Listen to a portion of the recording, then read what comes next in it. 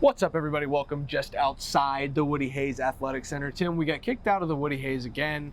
Ohio State's about to kick off practice here on Tuesday, and we are about to kick off a practice report after hearing from Ryan Day, Jim Knowles, and C.J. Stroud. Yep. A few injury updates, some interesting comments. C.J. Stroud was in a funny mood, I guess you could say, having a couple of jokes as he dissected some of the plays he miraculously made against Toledo, seemingly miraculously, but he makes them look pretty easy. But let's get to the injuries first, Tim. TreVeyon Henderson, short-term issue. He should be back for the Buckeyes on Saturday. Jordan Hancock likely won't be back for the Buckeyes. He's not where Ryan Day and the Buckeyes hoped he would be right now. With his leg problem. Yes, but TreVeyon Henderson, I think that walking boot will be off on Saturday. I think he'll be in attendance for the game and in uniform for that game. Just happy we don't have to talk about Jackson Smith and Jigba and Julian Fleming anymore. And their ailments or maladies, as you like to say. Yeah. But it seems like the Buckeyes are getting semi-healthier heading into Big Ten play against Wisconsin. Yeah, I mean, and obviously, it's still not clear what was wrong with Tanner McAllister and Josh Proctor at the start of that game the other night when they got ruled out at some point prior to kickoff. Actually, maybe prior to practice. Who knows? We didn't get a clear picture on that. But what they did find was more depth or playable depth in their safety room, so that was applauded for them. You know, you heard me ask Ryan Day about that's been one of the real silver linings of this preseason. Excuse me, I keep saying preseason. Pre-conference schedule was they have plumbed the depths of the wide receiver room and the safety room. I think came out feeling real good about what they found in that regard. So yeah, we'll see how things progress through the week because Ryan Day likes to leave health situation sort of a mystery for all, and we'll see what pops up as the week goes on. Yeah, another one, Mike Hall. Didn't mention him at the top of the show. I think Mike Hall probably could have played Saturday if he had to, because he looked like he was ready to play throughout the game, but never got the call. Mike Hall never got the call, but he will likely get the call. And that's all. He will likely get the call on Saturday. Jim Knowles said, I think so, when we asked him if he was ready. Yeah, but Jim Knowles always adds, that's above my pay grade. And I'm always thinking, my thought is, but you're making $1.9 million a year, you know. But of course, Ryan's making a little bit more than that. Yeah, I just wonder how much the training staff's making if Jim Knowles has something above his pay Well, grade. no, he's talking about everybody defers questions about players' health and safety to the head coach, who basically rarely tells us anything about it. So beyond the injuries, on the injury front, Tim, beyond that, a lot of talk about Cade Stover today, a lot of talk about the defense. One of the most interesting comments, I'll stick on the defensive side with Jim Knowles, was, and it's going to be on lettermenrow.com and the 4 lessons learned from this press conference for the site later today. But Jim Knowles mentioned that he has not seen a dominant performance from the Ohio State defense yet. That's about as called out as the Ohio State defense is going to be by Jim Knowles. He's very much a coach who takes all the blame and none of the praise. So he'll take all the blame when something goes wrong. He'll take none of the praise when something goes right. You don't hear him call out his defense ever. But when he says that he still hasn't seen a dominant performance, that's about as much of a call out as you're going to get. I think he's issuing a challenge to this defense going against Braylon Allen and Graham Mertz in that Wisconsin offense. That, for its flaws the last few years, seems to have a little bit more of a kick to it than it had previously. I think they scored over 60 points against New Mexico State. Take that for what it's worth, but also it can score. And so Jim Knowles leveled that little bit of a challenge there in the press conference on Tuesday. I just wanted to get your thoughts on that. Well, I think he's accurate. I mean, they have not had that full game dominant performance. You can look back on the Arkansas State game. Arkansas State scored more points than Notre Dame did against Ohio State. So that was not a down. And then follow that up, Toledo scores 21 points, and immediately matched the score early in the game. His point is they've had some really dominant moments over the last 3 weeks, but they haven't put that, for want of another term, complete game together like we saw the Ohio State offense do this past weekend. Yep. With the exception of one punt. It's almost like they punted just to keep Jesse Mirko in the loop on that deal, because I don't know why they didn't go for it there. But keep him out of the transfer portal. Yeah, exactly. Yeah, but the Australian in the transfer portal would be interesting. But the bottom line is, I think he's throwing a little challenge out there, but he's also letting everybody know that this isn't 3 games in, the end product of this defense. This isn't what you're going to see the rest of the year. And I'd had a rejoinder. He hopes, because they gave up a few plays the other night to a scrambling quarterback, which really irked him. And I'm not sure pretty sure they're not going to face a guy who can run like that from the quarterback position as fast as Daquan Finn was, et cetera. You're going to, the rest of the year, you're going to face some guys who could scramble and run. But that guy was unique in his own right, and they failed a few of those tests. And yet when you turn around and you watch like the Toledo post-game press conference, it's really interesting.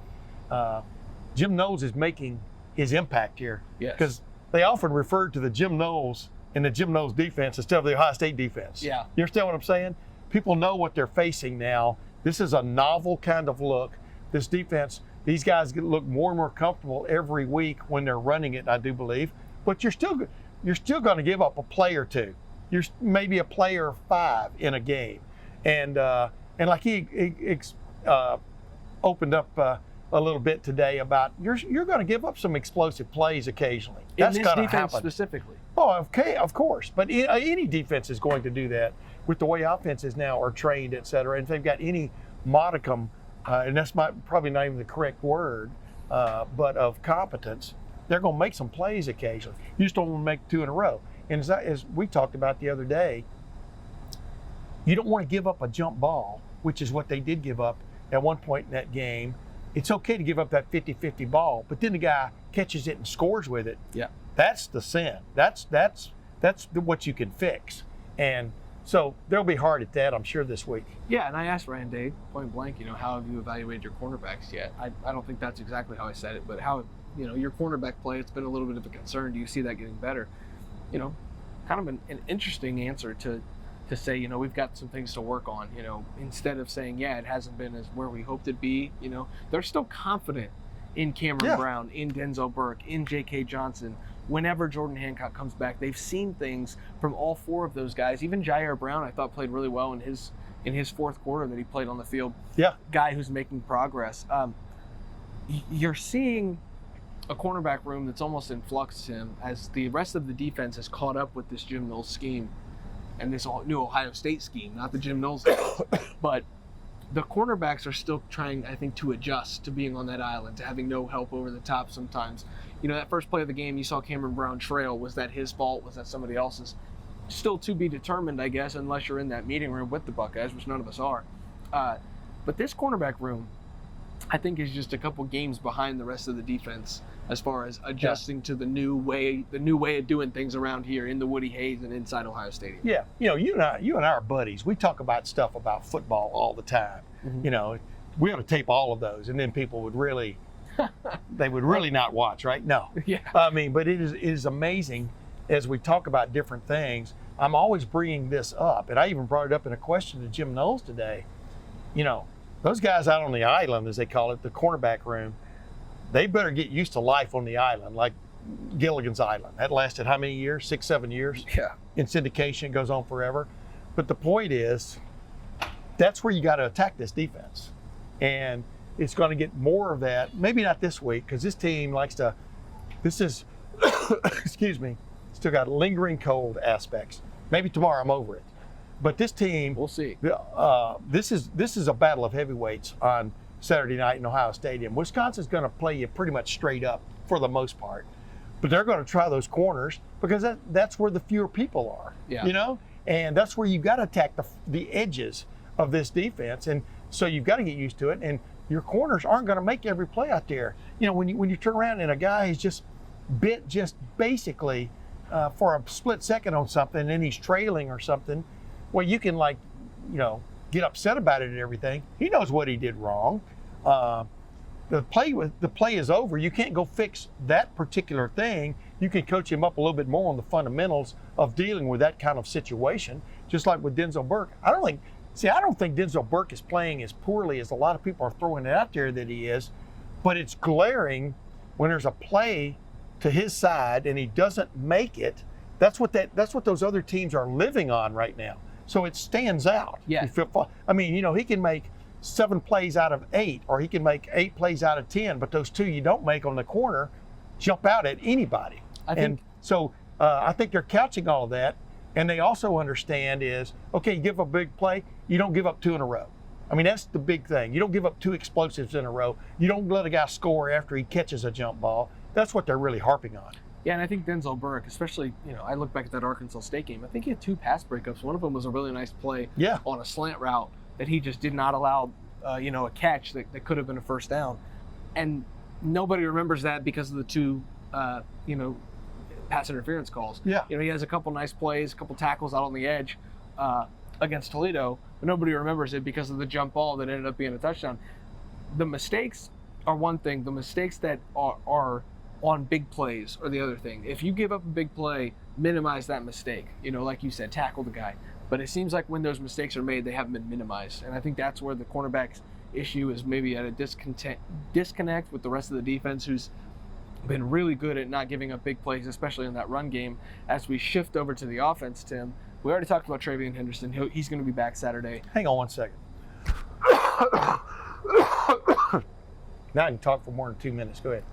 He's going to be back on Saturday, Travion Henderson, that is.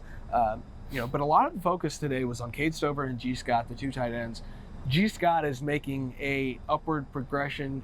He's on an upward trajectory right now in that tight end room. He looks like he's really starting to come around. He's not just a receiver converted to tight end anymore, Tim. He is a true tight end who can be on the field in both run game, pass game. Of course, the I formation came up. Your takeaways from hearing from this Ohio State offense and Ryan Day in particular? Well, number one, the G. Scott plan is right on schedule.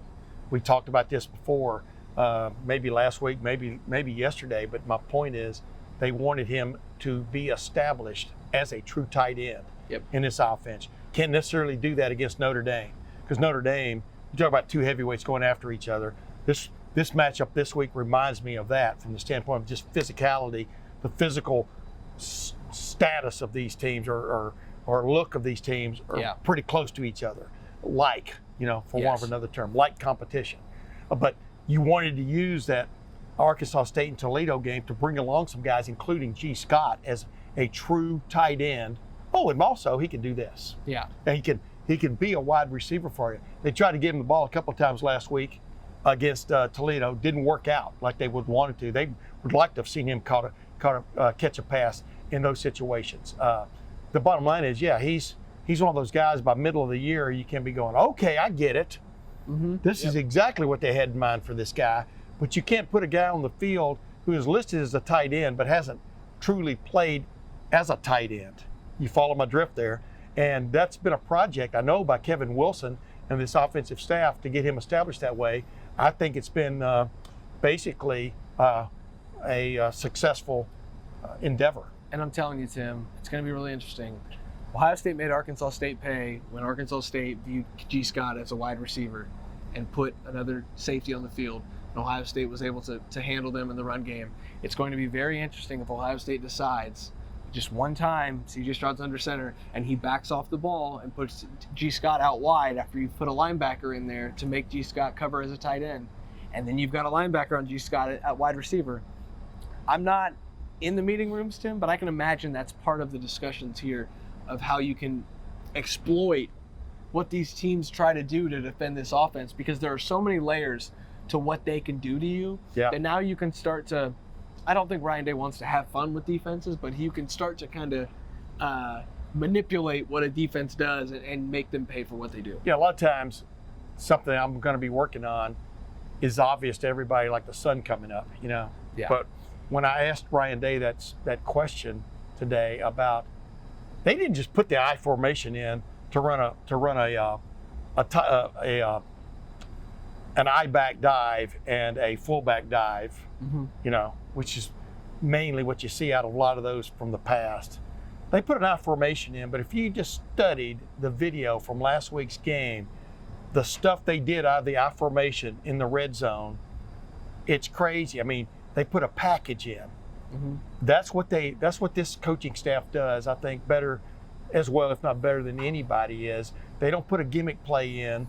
They put a formation in, and then without changing personnel from one play to the next can run about 15 different things. And I'm going to jump into that a little bit this week in a story about just because you have three tight ends on the field plus a fullback and a tailback doesn't mean you have three tight ends on the field and a fullback and a tailback. You actually, with Mitch Rossi in there, you have four tight ends on the field. Yeah. Perhaps. You have an offensive lineman wearing a tight end's number. Well, it means he's eligible if he's uncovered. Yeah. You know, Josh Fryer. You have G. Scott, maybe flanked off the. It looks like the power I. Suddenly he flanks out. It ain't the power I.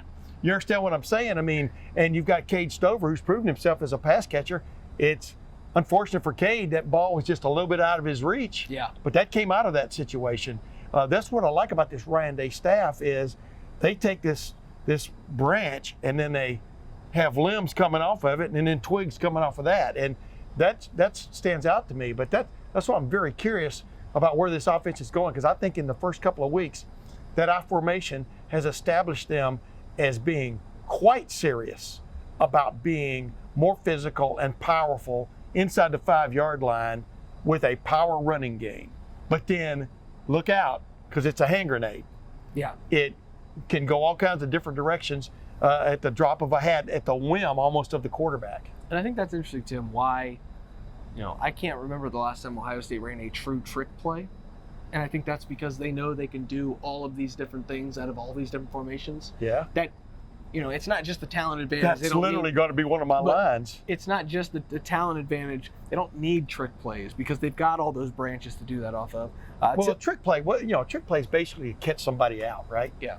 And when you have the depth of personnel that these guys have got from a talent standpoint, I mean, guys that can competently run routes and catch passes, but also they can pass block if they have to. In essence, you're running trick plays without running them. I mean, that's when you've really got something going on. Yeah.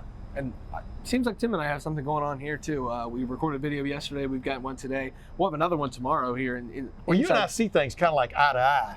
And like sometimes we get into these conversations and it's almost like, I prefer to have almost an argument sometimes. And you know what I'm talking about. Oh yeah. And to me, I just enjoy it because, you definitely know football. And, am I an expert on football? No, but I enjoy the nuance that goes on, the dance that goes on. Just like Saturday, we as I pointed out to you, and we're talking about it, Jim Knowles is talking about reschooling his guys on a quarterback who can scramble, who's that fast, et cetera. They worked on that all week last week. They still got caught out on it. But what's one of the things that I thought Toledo did pretty well on several different occasions? They took Ohio State's very aggressive defensive ends or a guy rushing and just danced him out of the way. Yep. Which is that in itself is pretty sort of like semi-genius, of using this guy's strength against him. And then suddenly Daquan Finn, I keep saying Daquan Cook. Daquan Finn had some places to run. Yep. Not every play. They battened down the hatches most of the time on Saturday, but a few times they got caught out. And, you got to watch these games and you got to rewatch them about the little games that are going on within the play, which are very interesting to me. So that's where we'll leave this video, Tim. Yeah, okay. Good discussion. Thought we got some things accomplished here. I thought Ryan Day had a lot to say. I thought CJ Stroud, Jim Knowles, we'll have full coverage of that. LettermenRow.com all day Tuesday, Wednesday, leading up to Saturday night, 7:30 in the Horseshoe, Ohio State and Wisconsin. Tim and I will be there. Matt Parker will be on the field taking photos. Also, huge recruiting weekend for Ohio State. Keon Keeley, the 5-star defensive ends, visiting. Matt Parker has full coverage of that at LettermenRow.com. Tim and I will be breaking down the game. He'll be on the recruiting front. We'll have all of the coverage you could possibly need. Make sure you subscribe. It's $1 right now for an entire year. That is a hell of a deal, Tim. Yes, it is. The YouTube channel, that's free to subscribe to. Make sure you hit the little bell down in the bottom corner. You can get notifications whenever we post new videos, which we do just about every day at this point, Tim. But the 40-year vets right there, that's Tim May. I'm Spencer Holbrook. We'll see you guys in the Woody Hayes Athletic Center on Wednesday night.